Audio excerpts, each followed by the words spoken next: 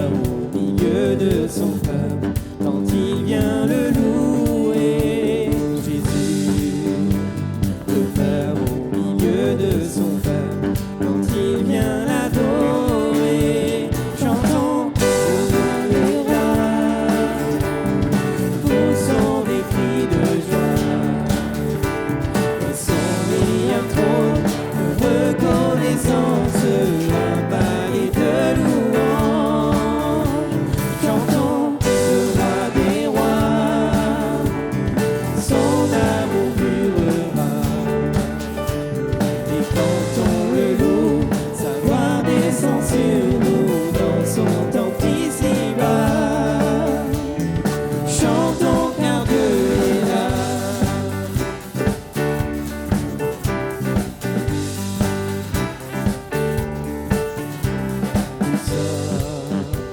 Tous assemblés pour l'adorer avec nos instruments joyeux de ce que Dieu nous a sauvés. Faisons monter nos chants, chantons car Dieu est là.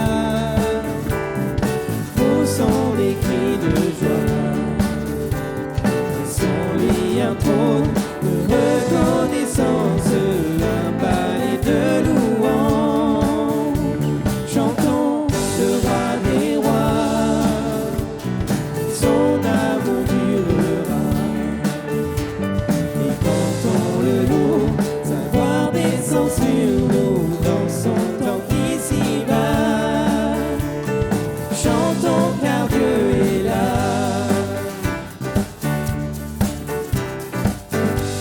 On va prendre nous sommes tous assemblés pour l'adorer avec nos instruments joyeux de ce que Dieu nous a sauvés. Faisons monter nos chants, chantons car Dieu est là. Poussons des cris de joie.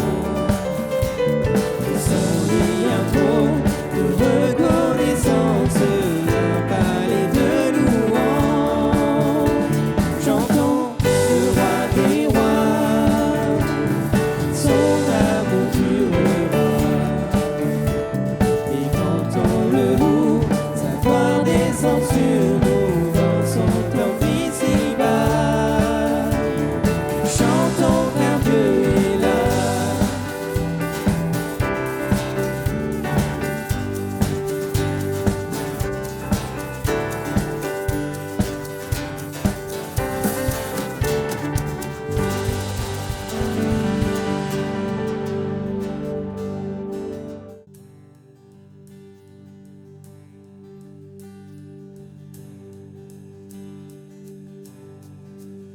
Comment exprimer toute ma gratitude? Je n'ai pas les mots et rien de nouveau. Je pourrais chanter des milliers de fois le chant terminé. Tu seras toujours là. Alors j'élève les mains pour t'adorer encore et encore. Tout ce que j'ai, c'est un alléluia. Alléluia. Je n'ai rien trouvé qui soit digne de ta majesté. Si ce n'est mon cœur qui chante Alléluia,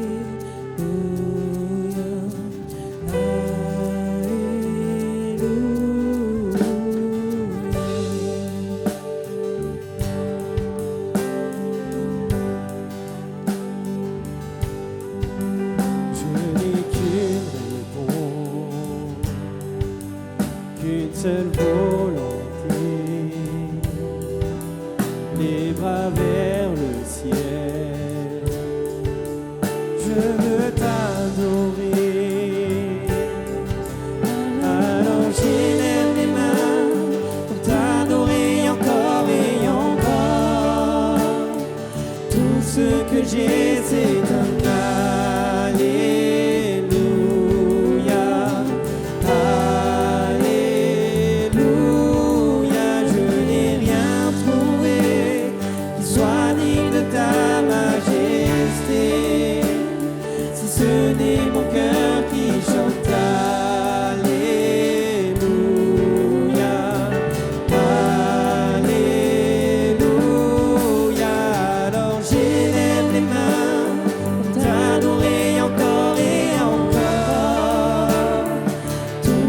que j'ai, c'est un Alléluia.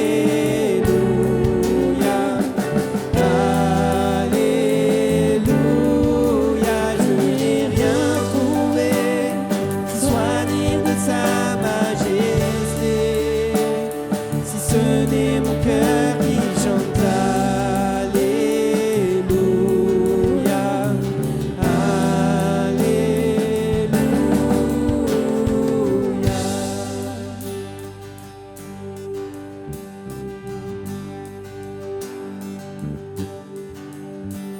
Oh, chante mon âme, ne sois pas timide et élève ta voix, car tu as un lion qui rugit en toi. Alléluia le Seigneur.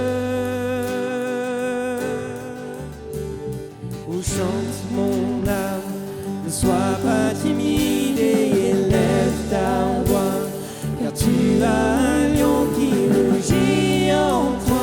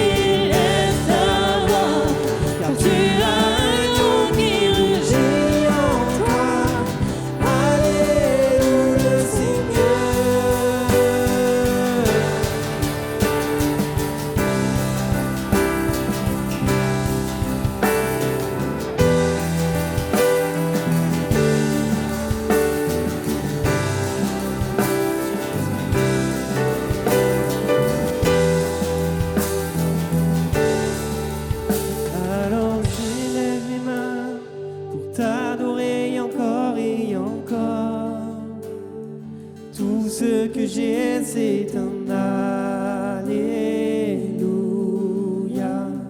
Alléluia, je n'ai rien trouvé qui soit digne de sa majesté, si ce n'est mon cœur qui chante Alléluia, Alléluia, alors j'élève les mains t'adorer encore et encore.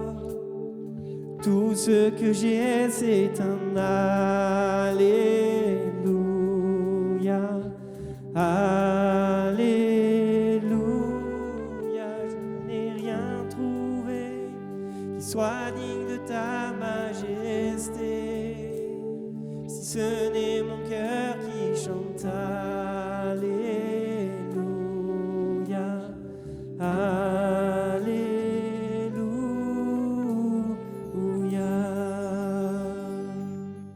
Amen. Ouais, j'espère que ça va aller au niveau de la voix. En tout cas, je suis très heureux d'être avec vous. Bonjour et rebonjour à tous ceux qui j'ai pas eu le temps de saluer, tous ceux qui nous sont venus un peu après. Que Dieu vous bénisse. Je ferai les annonces après, mais je voudrais qu'on puisse ouvrir les Écritures ce matin et on va parler de quelque chose, je pense que vous en doutez. On est dans ce week-end de Pentecôte et je voudrais parler du Saint-Esprit et parler particulièrement au travers de ces textes que j'ai intitulé le titre de ma pensée « Vous recevrez une puissance ». Je voudrais nous dire ceci, c'est que le don du Saint-Esprit, le fait d'être revêtu de puissance n'est pas facultatif, n'est pas une option, mais c'est quelque chose que l'on doit tous et toutes saisir. C'est quelque chose qui doit, et on va le voir, Jésus même le dira, et même quand on lit dans le prophète Joël, on s'aperçoit qu'il y a cette promesse qui est là et qui dit que sur toute chair, que Dieu répandrait son esprit sur toute chair. Et je voudrais vraiment, peut-être pas être très très long, mais qu'à la fin, on puisse vraiment prier et dire « Seigneur, mais nous voulons vivre une nouvelle Pentecôte. Nous voulons vivre un renouveau. Nous voulons, Seigneur, être remplis, revisités. Peut-être quelqu'un qui n'est pas encore baptisé dans le Saint-Esprit, mais que tu puisses être tout à nouveau renouvelé ce matin. Ce n'est pas quelque chose que l'on vit une fois dans notre vie, mais on a besoin, et même on va le voir, mais on voit que les disciples vont, même quand ils vont vivre des temps de persécution, quand ils vont vivre des temps compliqués, ils vont faire une prière qui est un peu étonnante. Je ne sais pas si personnellement j'aurais fait cette prière alors qu'il y a la menace qui est là, mais ils vont dire Seigneur, donne de l'assurance à tes serviteurs. Et la suite du texte nous dit que le lieu où ils vont être va trembler, ils vont être remplis tout à nouveau du Saint-Esprit. Et vraiment mon désir pour ce matin, c'est que nous puissions vraiment tous être revêtus de cette puissance, parce que c'est quelque chose que nous avons tous et toutes besoin. Je voudrais qu'on puisse faire 2 lectures ce matin. La première dans Actes chapitre 1er et verset 4, c'est des textes que vous connaissez, des textes que, même peut-être pour certains, vous les connaissez par cœur. Première lecture dans Actes chapitre 1er et le verset 4. Et puis après, on ira dans Actes 2. Actes chapitre 1er, verset 4.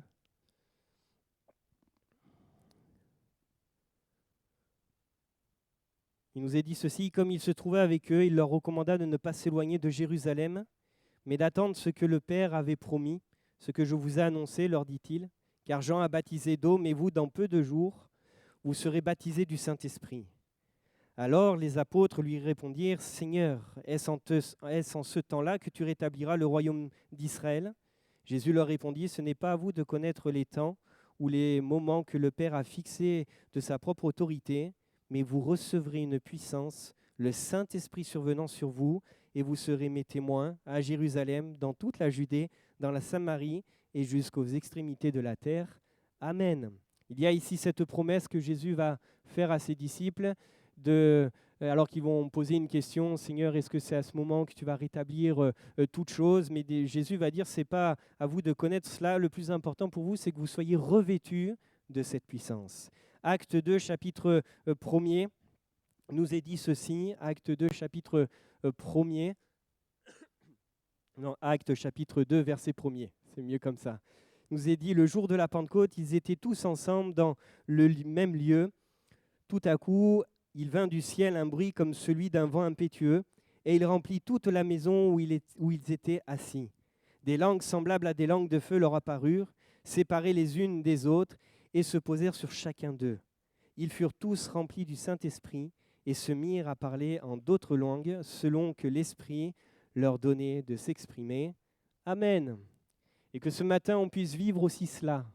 Que ce matin, on puisse vivre ce renouveau, qu'on puisse être rafraîchi tout à nouveau parce que nous en avons besoin. Aujourd'hui, je le disais en introduction, nous sommes ce week-end de Pentecôte, un moment qui, lorsque on lit le livre des Actes, va faire la différence, un moment qui va marquer la vie des disciples, la vie de ces hommes, de ces femmes, la vie de ces 120 chrétiens qui sont présents. Mais ces moments de l'expérience de la Pentecôte, je dirais, n'est pas seulement quelque chose qui a marqué la vie de ce petit groupe de chrétiens, mais quand on regarde l'histoire de l'Église, on se rend compte que la Pentecôte, c'est quelque chose qui a impacté la vie de plusieurs centaines de millions de personnes jusqu'à ce jour, jusqu'à aujourd'hui. Le jour de la Pentecôte, 12 hommes, les disciples de Jésus, sont rassemblés dans la chambre haute. Ils obéissent à ce que Jésus leur demande avant d'être ses témoins. Il va leur dire d'attendre dans ce lieu à Jérusalem, dans cette chambre haute. Et les disciples vont se rassembler là dans cette chambre haute et ils vont commencer à rechercher, ils vont commencer à prier. Alors, je ne sais pas ce qu'ils s'attendaient à recevoir parce que nous, on a la suite du texte, on le sait, mais à ce moment-là, eux, ils étaient un peu dans l'inconnu. Il y a une promesse qui est là, il y a quelque chose qui est là, mais ils ne savaient pas trop à quoi s'attendre, mais les disciples vont se retrouver dans ce lieu pendant plusieurs jours. Ils vont prier, ils vont intercéder, ils vont persévérer, ils vont être dans cette attente. Et acte 2, alors qu'ils sont dans ce temps de prière, on l'a lu, il nous est dit, tout d'un coup, il vint du ciel un bruit comme celui d'un vent impétueux, et il remplit toute la maison où ils étaient assis. Des langues semblables à des langues de feu leur apparurent, séparées les unes des autres, et se posèrent sur chacun d'eux, et ils furent tous remplis du Saint-Esprit. Ils furent tous remplis. Et quand on regarde cette expérience, quand on regarde ce moment-là, la suite va avoir un impact incroyable, impressionnant pour ces hommes et ces femmes qui vont être complètement transformés. Leur vie va prendre une autre dimension. Leur vie va être complètement changée. Leur vie, leurs habitudes, leurs pensées sont comme, je dirais, soulevées par l'ouragan divin qui vient de se répandre sur chacun d'eux. Et on pourrait se poser cette question, mais qui pourrait se dispenser d'être renouvelé ou d'être rempli, d'être renouvelé régulièrement dans le Saint-Esprit? La Pentecôte, comme je le disais tout à l'heure, ce n'est pas une fête juste de souvenirs. Elle n'est pas un acquis, pas plus qu'une expérience ponctuelle à un moment donné, mais au contraire, la Pentecôte est une fête qui est toujours actuelle. Vous le croyez? Croyez que Dieu peut encore nous visiter ce matin? L'apôtre Paul pourra dire ceci, et je crois que c'est important pour chacun d'entre nous. Il dira ceci dans ses épîtres, entretenez-vous, soyez constamment remplis. Et je voudrais nous le dire, nous avons tous besoin de nous entretenir dans la vie de l'esprit et même d'aller de progrès en progrès. Nous avons tous besoin d'être renouvelés tous ensemble. Nous avons tous besoin de connaître le vent de Dieu qui passe au milieu de nous, d'entendre le souffle du Saint-Esprit balayer ce lieu comme on a l'habitude de chanter. Vous savez, il y a ce chant qui dit que ces lieux soient visités par ta sainte présence. On a besoin de vivre cela. On a besoin de vivre cette expérience. Il ne faut pas rester sur des choses passées. Cette promesse du don du Saint-Esprit n'est pas seulement pour quelques disciples présents dans le livre des Actes à ce moment-là, mais elle est pour chacun d'entre nous. Elle est pour tous et toutes. Mais vous savez, pour recevoir cette promesse, je dirais qu'il faut être dans cette disposition, dans une attitude prêt à recevoir. Je voudrais vous dire qu'on ne recevra jamais le baptême dans le Saint-Esprit si on ne le demande pas. On ne recevra jamais ce revêtement de puissance si on ne prend pas le temps et si on ne persévère pas. Et je voudrais vraiment peut-être encourager quelqu'un, peut-être qui n'en a jamais vécu cette expérience, peut-être c'est même un peu mystérieux, ça peut faire peur, mais je voudrais te dire, mais prie, demande au Seigneur. Jésus le dira, demandez et vous recevrez. On a besoin de demander. Lorsque les disciples sont retournés à Jérusalem, ils sont allés parce que Jésus leur a dit, avant d'être mes témoins, vous avez besoin de cette puissance. Vous avez besoin d'être revêtus avant de pouvoir partir jusqu'aux extrémités de la terre. Ils s'attendaient tous à recevoir quelque chose. Est-ce que vous attendez à recevoir quelque chose? Est-ce que vous attendez à ce que Dieu puisse nous visiter quand on se réunit, pas simplement le dimanche? Mais quand on se réunit dans nos réunions de prière, quand on se réunit dans nos réunions de jeûne, quand on se réunit, même quand vous êtes chez vous, beaucoup de personnes, et peut-être même il y en a parmi vous ici qui se sont fait baptiser et qui ont été remplis du Saint-Esprit tout seuls dans leur maison. Mais il y a un besoin, il y a une nécessité de rechercher. Alors je voudrais un peu éclaircir 2-3 points et poser cette question, qu'est-ce que le baptême dans le Saint-Esprit ? Dans la Bible, nous trouvons, et j'ai recherché un peu, plusieurs termes, plusieurs expressions qui parlent justement de cela et qui font tous référence à cette même expérience. Il est parlé du baptême dans le Saint-Esprit, on trouve aussi un revêtement de puissance, une action du Père, la plénitude de l'Esprit, et toutes ces choses nous parlent finalement d'être revêtus de cette puissance. Le baptême dans le Saint-Esprit, premièrement, c'est un don. Le baptême dans le Saint-Esprit, c'est un don. Recevoir le baptême dans le Saint-Esprit revient à recevoir un don promis de la part de Dieu pour faire de nous des témoins puissants. C'est un don. Un don, c'est comme cela indique, c'est quelque chose que l'on acquiert, voilà, on ne reçoit pas parce qu'on a bien fait, c'est quelque chose qu'on ne mérite pas, mais c'est un cadeau, c'est une grâce imméritée. C'est un don.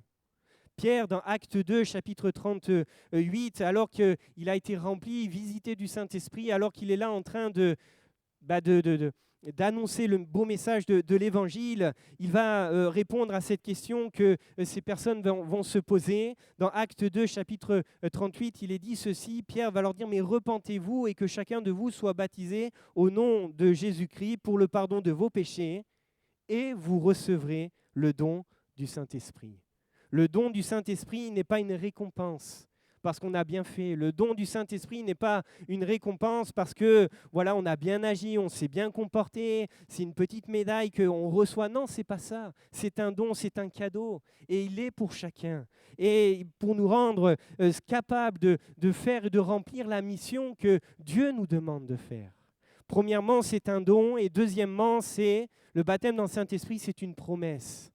Dans l'Évangile, dans le livre du prophète Joël, au chapitre 2 et le verset 28, on voit qu'il y a justement cette promesse qui est là. Dieu va dire ceci, après cela je répandrai mon esprit sur quelque chair, sur toute chair. Il veut répandre son esprit sur toute chair. Vos fils et vos filles prophétiseront, vos vieillards auront des songes et vos jeunes gens des visions. Et cette promesse même a été reprise par Jésus.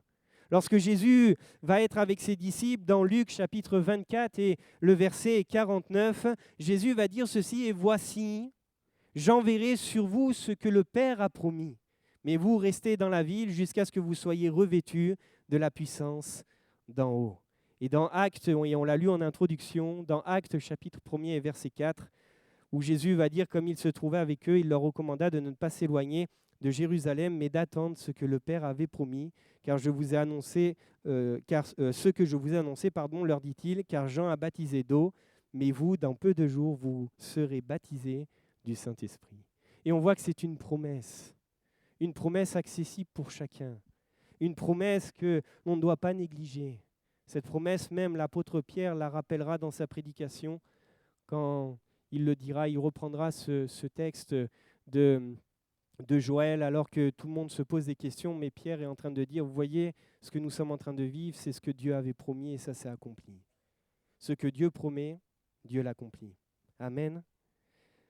Non seulement c'est un don, non seulement c'est une promesse, mais je voudrais juste éclaircir quelque chose, c'est que le baptême dans le Saint-Esprit, et des fois ce n'est pas évident à comprendre, c'est une expérience différente de la conversion.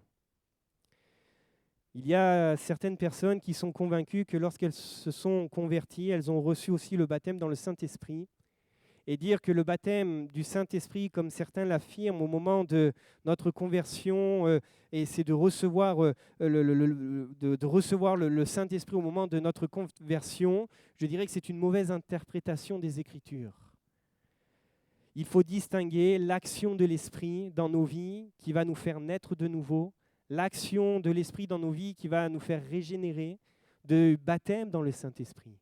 Le baptême dans le Saint-Esprit est différent de l'action régénératrice du Saint-Esprit qui se réalise au moment de la conversion. C'est une expérience qui est totalement différente. Effectivement, chaque croyant, lors de sa conversion, reçoit le baptême dans le Saint-Esprit, mais cela ne veut pas dire qu'il est, quand au moment de sa conversion, il reçoit le Saint-Esprit, mais cela ne veut pas dire qu'il est forcément baptisé dans le Saint-Esprit. Dans Acte 1, chapitre 5, Jésus va le dire à ses disciples, et on voit ici que c'est bien deux expériences qui sont différentes. Quand il dira, car Jean a baptisé d'eau, mais vous, dans peu de jours, vous serez baptisés du Saint-Esprit. Et en disant cela, Jésus parle de deux baptêmes, de deux expériences différentes. Lorsqu'il dit cela, Jésus s'adresse à un groupe de chrétiens nés de nouveau. Jésus s'adresse à ses disciples, à ceux qui le suivent, à ceux où l'œuvre de l'Esprit les a régénérés pour qu'ils comprennent les Écritures, pour qu'ils comprennent l'œuvre du salut, pour qu'ils comprennent qu'ils sont des pécheurs, pour qu'ils comprennent qu'ils ont besoin de Jésus et comprennent ce que Jésus a accompli. C'est le Saint-Esprit, après avoir convaincu l'homme et la femme de péché, le conduit à la repentance et à la conversion. Et je voudrais nous le dire, mais sans l'action du Saint-Esprit, personne ne peut être sauvé. Personne ne peut être sauvé. C'est le Saint-Esprit, après avoir convaincu l'homme et la femme, le conduit à la conversion, l'amène à s'identifier dans la mort de Christ par la foi, Le Saint-Esprit va nous faire comprendre notre état, ce que nous sommes, et il va nous faire changer de propriétaire. Colossiens chapitre 1er, verset 13, l'apôtre Paul dira ceci, qui nous a délivrés de la puissance des ténèbres et nous a transportés dans le royaume de son Fils, de son amour. À partir du moment où nous acceptons Christ dans notre vie, nous n'appartenons plus à nous-mêmes, nous n'appartenons plus à ce monde, mais nous appartenons au royaume de Dieu. Nous sommes devenus, on l'a chanté ce matin, nous sommes devenus enfants de Dieu. L'apôtre Paul pourra le dire dans l'épître aux Romains, chapitre 8, verset 9. Alors désolé, je donne beaucoup de références ce matin. Si vous avez besoin, venez me voir à la fin et je vous redonnerai toutes les références. L'apôtre Paul pourra dire ceci, Romains, chapitre 8, verset 9. Si quelqu'un n'a pas l'esprit de Christ, il ne lui appartient pas.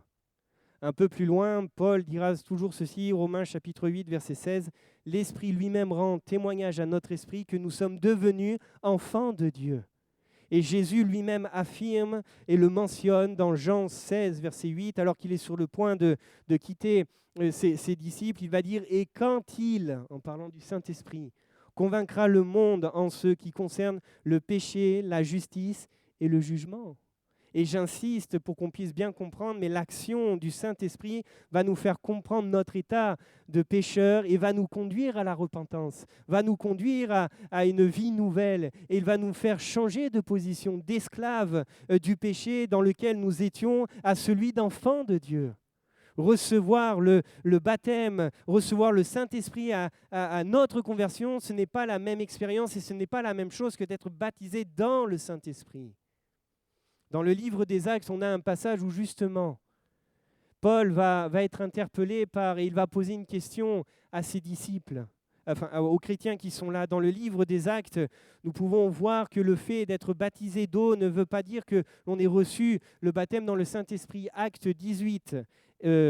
chapitre 18, et à partir du verset 23, on va le lire. Acte chapitre 18 et le verset 23. On voit que il y a un homme ici du nom de Apollos, Acte chapitre 18. Même verset 24, pardon. Un juif nommé Apollos, originaire d'Alexandrie, homme éloquent et versé dans les Écritures, vint à Éphèse. Il était instruit dans la voie du Seigneur et fervent d'esprit. Il annonçait et enseignait avec exactitude ce qui concerne Jésus, bien qu'il ne connaissait que le baptême de Jean. Il se mit à parler librement dans la synagogue. Aquilas et Priscille, l'ayant entendu, le prirent avec eux et lui exposèrent plus exactement la voie de Dieu. Comme il voulait passer en Achaïe, les frères l'y encouragèrent et écrivirent aux disciples de bien le recevoir. Quand il fut arrivé, il se rendit par la grâce de Dieu très utile à ceux qui avaient cru, car il réfutait vivement les Juifs en public et démontrait par les Écritures que Jésus est le Christ. Verset 1er de Acte 19, pendant qu'Apollos était à Corinthe, Paul avait parcouru les hautes provinces de l'Asie, arrivé à Éphèse, ayant rencontré quelques disciples, il leur dit « Avez-vous reçu le Saint-Esprit quand vous avez cru ?» Ils lui répondirent « Nous n'avons même pas entendu dire qu'il y ait un Saint-Esprit. » Il dit « De quel baptême avez-vous été baptisés ?»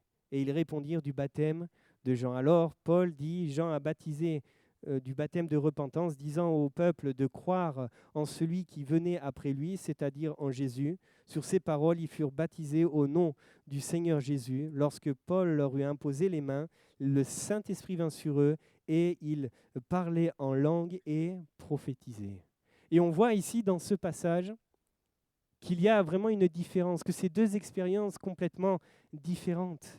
Il est fait question ici d'un homme, Apollos, qui était instruit dans la voie du Seigneur, qui a annoncé et enseigné tout ce que Jésus avait fait, la croix, pourquoi il était venu. Et au verset 25, il est dit que cet homme n'avait connu que le baptême de la nouvelle naissance, avait connu que le baptême de Jean, bien qu'il n'ait connu que le baptême de Jean.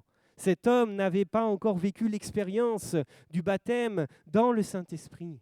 Et dans le chapitre qui suit, on l'a lu, Paul va commencer à parler avec quelques chrétiens qui sont à Éphèse, mais Paul va se rendre compte qu'il leur manque quelque chose.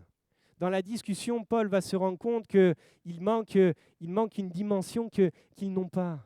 Et ils vont lui poser et Paul va poser cette question, mais avez-vous reçu le Saint-Esprit quand vous avez cru? Et la suite du verset montre clairement que ces chrétiens n'avaient jamais entendu parler du baptême du Saint-Esprit. Et nous voyons bien que ces chrétiens n'avaient pas entendu dire qu'il y avait un Saint-Esprit, ni même que cette expérience était possible. Il y a cette différence et nous pouvons donc affirmer qu'une personne peut être régénérée, c'est-à-dire née de nouveau, avoir fait une rencontre avec Jésus et sauvée par l'action du Saint-Esprit, sans pour autant être revêtue de puissance par le baptême du Saint-Esprit. Ces deux expériences qui sont différentes. Alors, ce n'est pas toujours très clair à comprendre, mais c'est bien deux expériences différentes. Le baptême dans le Saint-Esprit, c'est ce qui va nous permettre de recevoir cette puissance pour pouvoir être ses témoins. Dans Actes chapitre 8, Jésus va dire « Vous recevrez une puissance, le Saint-Esprit survenant sur vous, et vous serez mes témoins. » Et lorsqu'on lit le récit, ce n'est pas un hasard que le Saint-Esprit soit venu le jour de la Pentecôte. La Pentecôte, c'était une fête où tout Israélite venait pour se tenir devant Dieu. Et cette fête était liée à la récolte, et on venait et on adorait Dieu.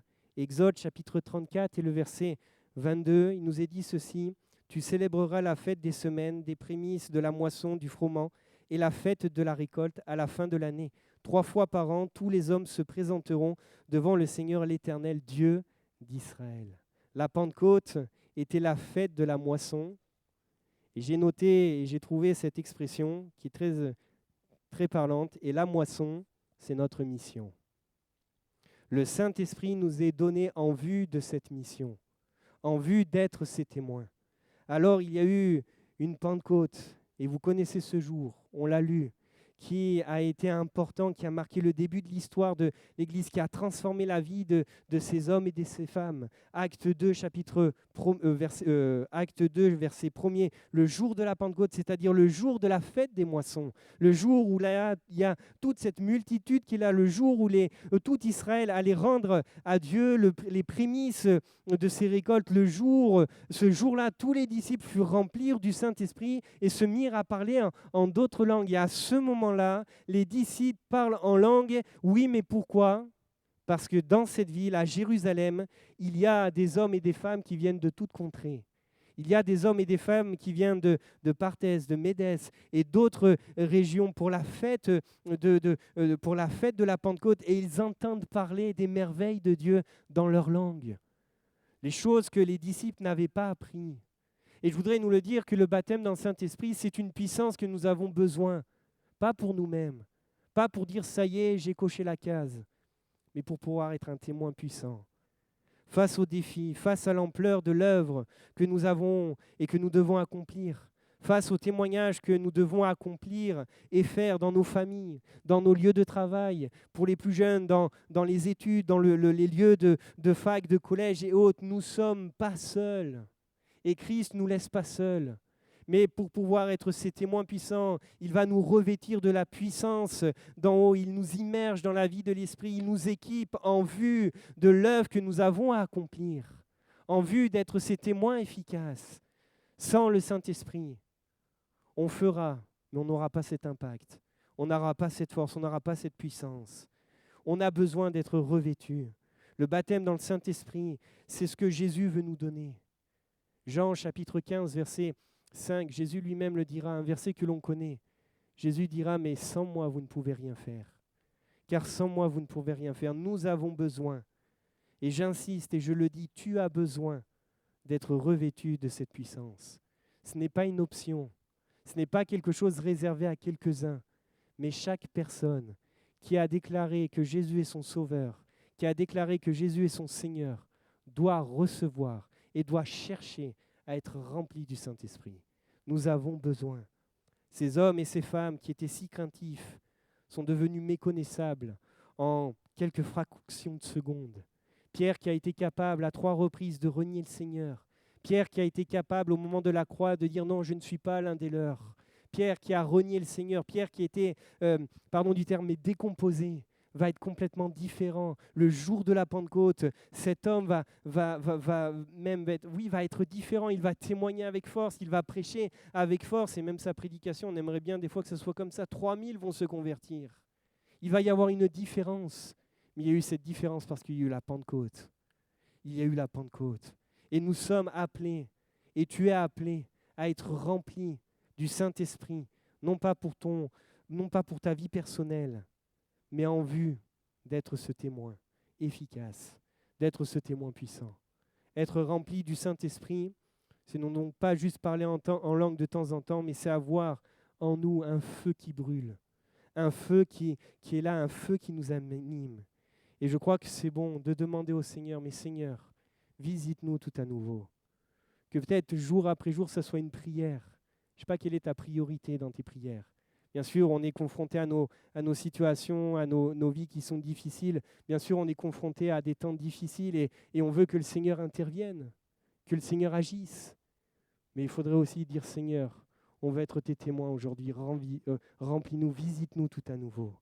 L'apôtre Paul le dira aux Éphésiens, soyez constamment remplis du Saint-Esprit.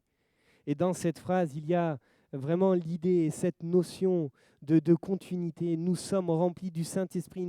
Et lorsque l'on est rempli du Saint-Esprit, on n'a pas peur de déclarer notre foi. On va pouvoir parler librement. Lorsque les ténèbres s'épaississent, nous avons besoin d'être ces flambeaux dans la nuit, des porteurs de vie et d'espérance. Et Jésus lui-même le dira que nous sommes la lumière de ce monde.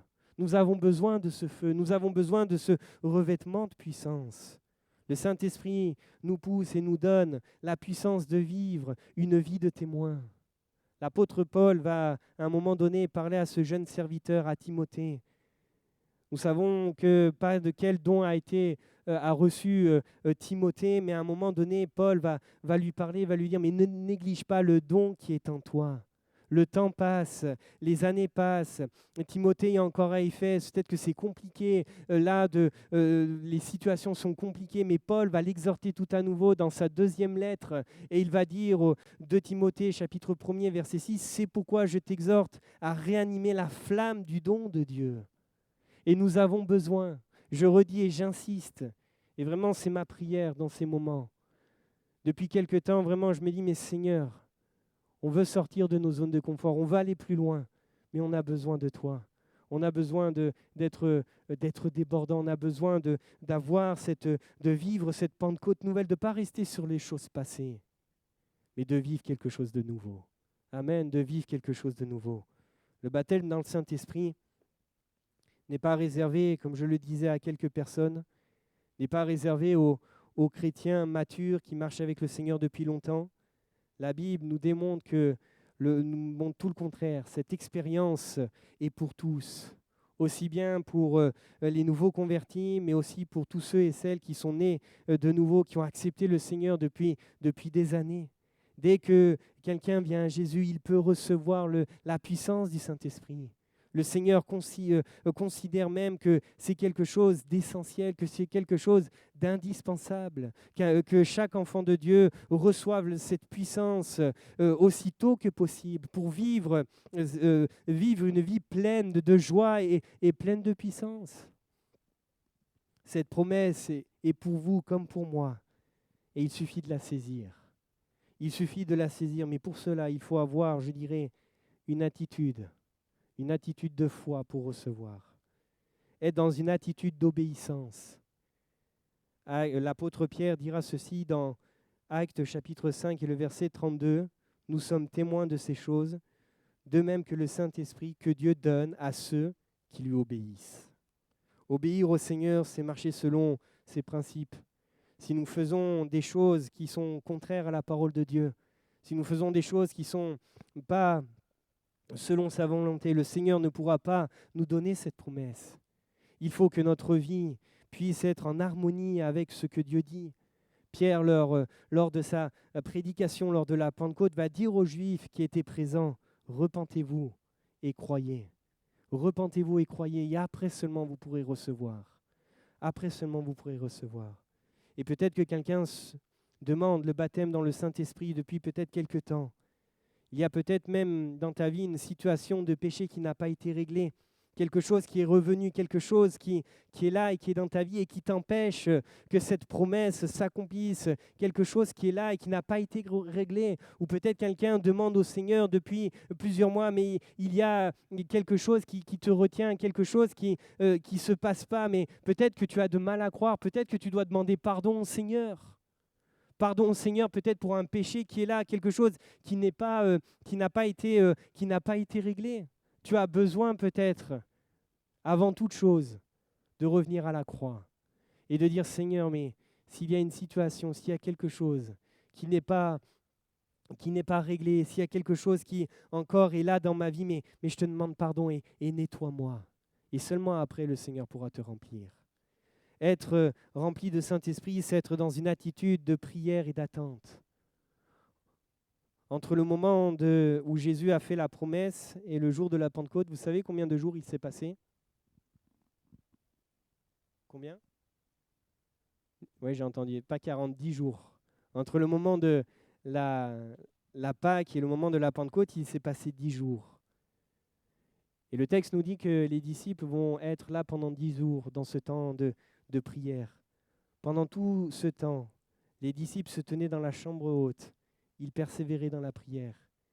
Ils devaient attendre une promesse et désirer la recevoir. Et je dirais qu'il faut qu'il en soit ainsi pour chacun d'entre nous. Je le disais en introduction, mais le Seigneur ne nous donnera pas quelque chose si on ne lui demande pas. Et je crois que c'est bon de prier et de chercher et de dire, Seigneur, mais on va être visité tout à nouveau. Le Seigneur a dit, demandez, vous recevrez. L'apôtre Jacques pourra nous dire que lorsque nous demandons quelque chose, nous devons le demander avec foi sans douter. Car celui qui doute est semblable à un flot de la mer agité par le vent et poussé de côté et d'autre. Mon frère, ma sœur, peut-être que tu as même abandonné, tu as peut-être arrêté de prier parce que ça ne venait pas. Il y a peut-être eu des situations qui ont fait que tu n'as même plus envie de prier pour cela. Et je voudrais te dire, retrouve le chemin de la prière. Demande au Seigneur, sois dans cette attitude.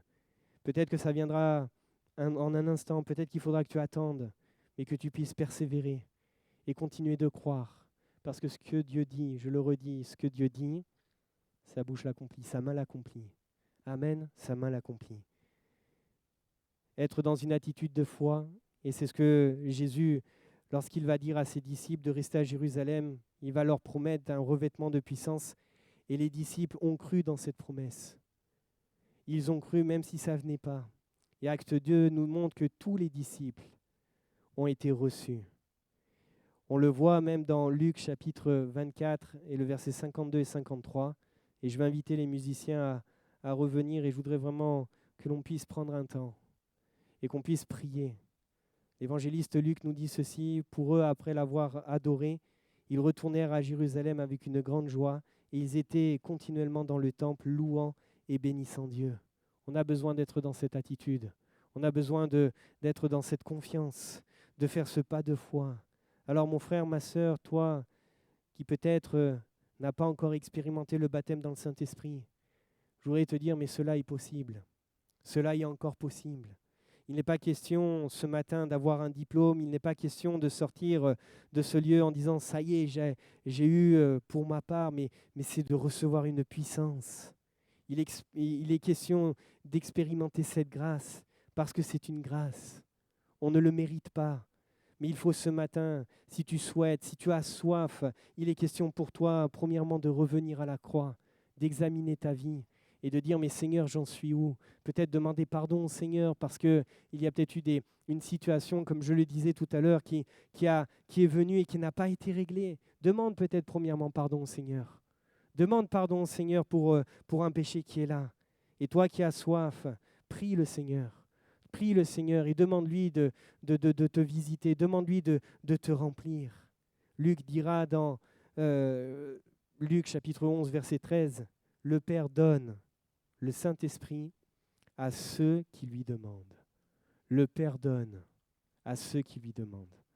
Et ce matin, je voudrais vraiment prendre un temps, je ne veux pas créer une ambiance, je ne veux pas créer loin de tout cela, mais qu'on puisse dire, Seigneur, Oui, on est dans ce jour de Pentecôte, on se souvient de ce que Christ a fait, on se souvient de ce jour où il y a eu cette effusion du baptême dans le Saint-Esprit. Mais on ne veut pas que ce soit sur une expérience passée. On ne veut pas se dire, oui, c'est du passé. C'est encore accessible aujourd'hui. Nous avons besoin, pour être ces témoins efficaces, pour être ces témoins puissants, nous avons besoin d'être revêtus de cette puissance.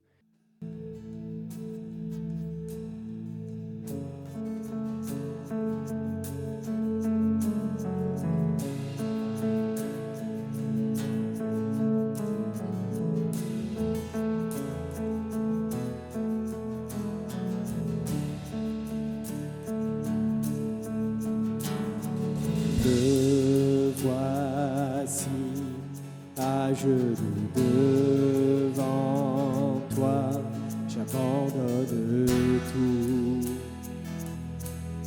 j'abandonne tout. Mon seul désir, alors que tu m'attires, c'est d'être avec toi. C'est d'être avec toi. Je m'abandonne.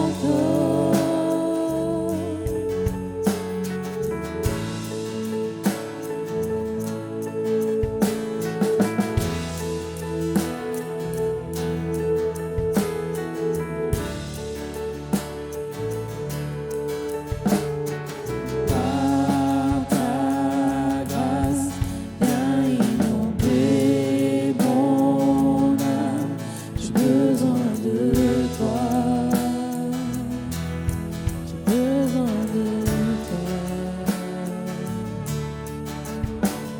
Les bras ouverts, tu entends ma prière. Parle à mon cœur, parle à mon cœur. Je m'abandonne, je m'abandonne. Je veux te connaître plus, je veux te connaître plus. Je m'abandonne, je m'abandonne. Je veux te connaître plus, je veux te connaître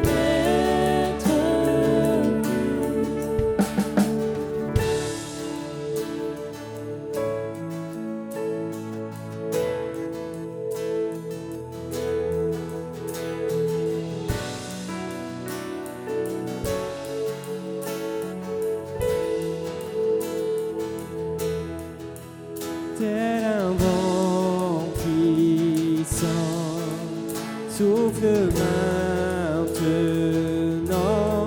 Dieu vient régner, Dieu vient régner en moi. Tel un ouragan, réveille mon âme. Dieu vient régner, Dieu vient régner en moi.